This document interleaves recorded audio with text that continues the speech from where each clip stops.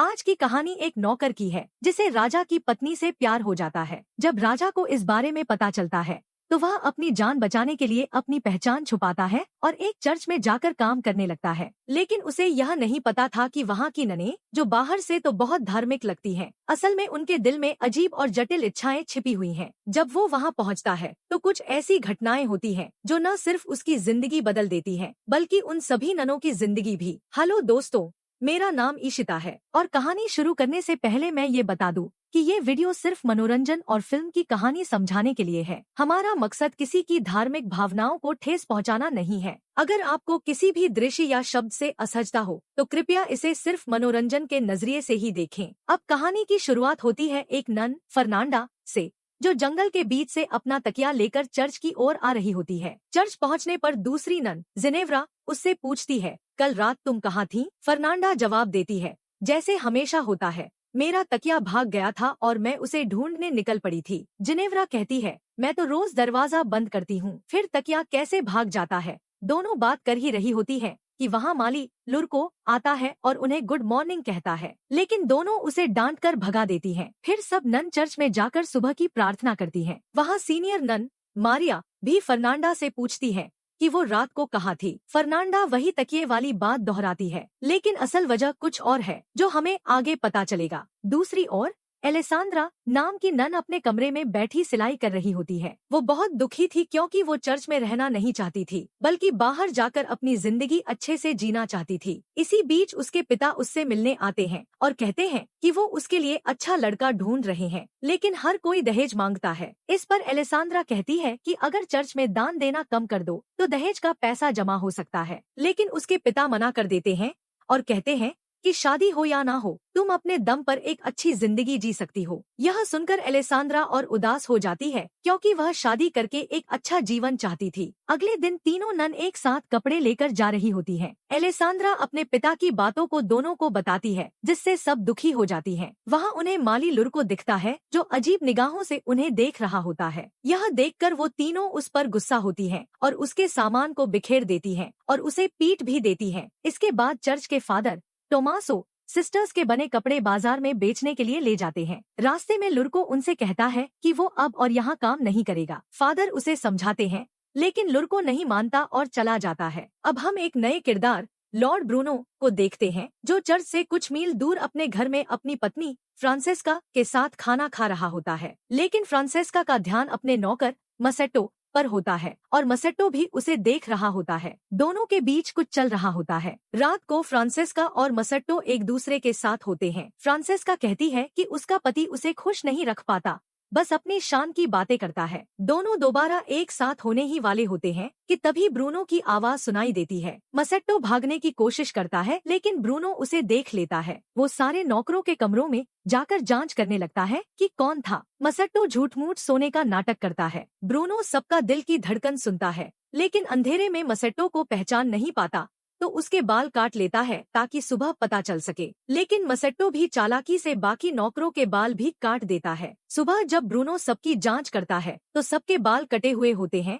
और वो पहचान नहीं पाता कि असली दोषी कौन है। लेकिन वो समझ जाता है कि वो नौकर बहुत चालाक है। वो सभी को धमकी देता है कि अगर वह पकड़ा गया तो उसकी खैर नहीं। फिर वो सबके बाल और छोटे करवा देता है। अगले दिन ब्रूनो अपनी पत्नी से कहता है कि उसे सब पता है और अगर वह नौकर पकड़ा गया तो वो उसे और पत्नी दोनों को मार डालेगा। लेकिन फ्रांसेस्का डरती नहीं है। ब्रूनो जब मसेट्टो और अपनी पत्नी को इशारों में बात करते देखता है तो समझ जाता है कि वही नौकर है। फिर वह अपने आदमियों को कहता है कि मसेट्टो को पकड़ कर लाओ। मासेट्टो को जब पता चलता है कि ब्रूनो ने सब कुछ देख लिया है तो वो अपनी जान बचाने के लिए भाग जाता है। ब्रूनो के आदमी उसका पीछा करते हैं, लेकिन वह बच निकलता है। भागते हुए जंगल में उसे फादर टोमासो मिलते हैं। फादर नशे में थे, जिससे उनकी गाड़ी पलट गई थी और कपड़े नदी में बह रहे थे। मासेटो उनकी मदद करता है और सारे कपड़े इकट्ठा कर देता है। इससे फादर खुश हो जाते हैं और जब उन्हें पता चलता है कि मासेटो का कोई ठिकाना नहीं है तो वे उसे चर्च ले जाते हैं। फादर उसे खाना देते हैं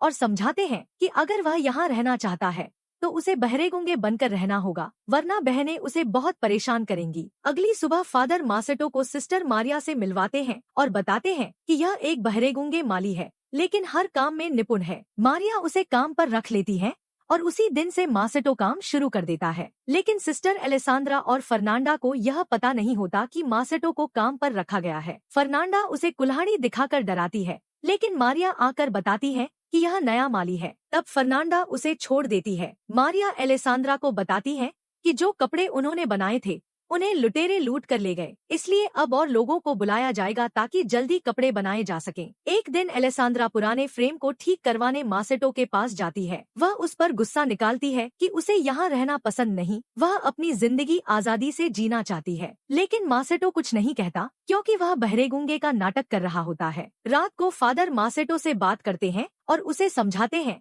कि अगर बहनों से कोई परेशानी हो तो उन्हें बताना और चुप रहना। इधर फर्नांडा की बचपन की दोस्त मार्टा उससे मिलने आती है। वे एलेसांद्रा के कमरे में जाती हैं, शराब पीती हैं और आपस में लड़कों की बातें करती हैं। मार्टा एक खास जड़ी बूटी के बारे में बताती है जो लड़कों को आकर्षित कर सकती है। अगले दिन एलेसांद्रा मासेटो को रुमाल देती है और उसका पसीना पोंछती है। पिछली रात की बातों से उसके मन में भी रोमांटिक ख्याल आते हैं और वह अचानक मासेटो को चूम लेती है। वे करीब आते हैं, लेकिन चर्च की घंटी बजते ही एलेसांद्रा वहां से चली जाती है। प्रार्थना करते हुए फर्नांडा को एलेसांद्रा के दुपट्टे और नाखूनों में मिट्टी दिखती है, जिससे उसे शक होता है। बाद में फर्नांडा और मार्टा जड़ी बूटी से एक तरल बनाते हैं और फर्नांडा की आंखों में उसकी बूंदें डालते हैं। फिर वे मासेटो के पास जाते हैं, उसे डराकर उसे अपनी ओर आकर्षित करते हैं। शुरुआत में मासेटो को यह अजीब लगता है, लेकिन वह भी खुद को रोक नहीं पाता। तीनों एक साथ अंतरंग हो जाते हैं। बाद में जब वे बाहर आते हैं तो सिस्टर गिनेवरा उन्हें देख लेती हैं और उन्हें शक हो जाता है कि कुछ छुपाया जा रहा है। अगली सुबह चर्च में मुख्य फादर और बिशप आते हैं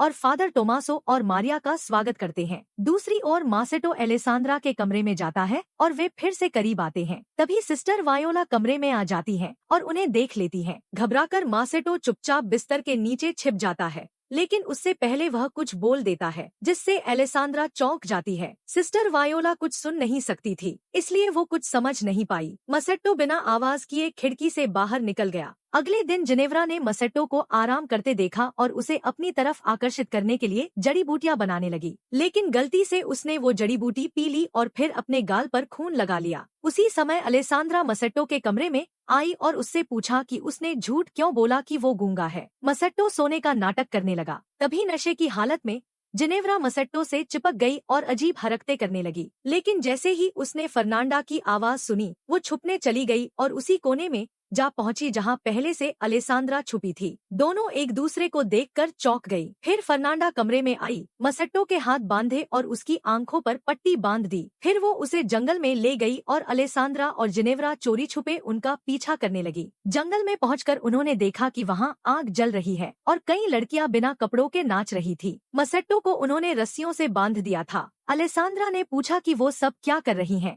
तो जिनेव्रा ने बताया कि उसने एक किताब में पढ़ा था कि इंसानों की बलि देकर कुछ लड़कियां जादूगरनी बन जाती हैं। यहाँ पता चलता है कि फर्नांडा पहले से ही इन सब चीजों में शामिल थी और अब मार्टा भी उसके साथ थी। ये दोनों मसेट्टो की बलि देने जा रही थी। डर के मारे मसेट्टो बोल पड़ा, मुझे छोड़ दो, और तभी सबको पता चल गया कि वो गूंगा नहीं है। इसी नशे की हालत में जिनेव्रा भी अपने कपड़े उतारकर उन लड़कियों के साथ नाचने लगी। ये देखकर बाकी लड़कियां डर कर भाग गईं। फिर उसके कपड़े पहनकर वो गधे पर बैठकर चर्च की तरफ भाग गई। चर्च पहुंचकर उसने सबके सामने चिल्लाकर कहा कि फर्नांडा एक जादूगरनी है। ये सुनकर फादर बिशप बाहर आए और जिनेव्रा ने उन्हें सब बताया। इतने में फर्नांडा, अलेसांद्रा और मसेट्टो भी वहां पहुंच गए। अलेसांद्रा ने अपने पिता से कहा कि जिनेव्रा झूठ बोल रही है, उसने जड़ी बूटी ली है और नशे में बकवास कर रही है। लेकिन जिनेव्रा ने कहा कि सब लोग मिलकर यह सब कर रहे हैं और जड़ी बूटी से नजदीकियां बना रहे हैं। फादर बिशप ने मारिया को बुलाया और पूछा कि सच क्या है। तभी फादर टोमासो भी मारिया के कमरे से बाहर आया, जिसे देखकर सब हैरान रह गए। फादर बिशप समझ गया कि चर्च में अब तक क्या चल रहा था। अगले दिन फादर बिशप ने सभी को सजा दी। सबसे बड़ी सजा फादर टोमासो को मिली, जिसे एक ऐसे आश्रम भेजा गया जहां सिर्फ पुरुष रहते हैं। मसेट्टो को वापस लॉर्ड ब्रूनो को सौंप दिया गया, जिसने उसे कैद करवा दिया। तीनों बहनें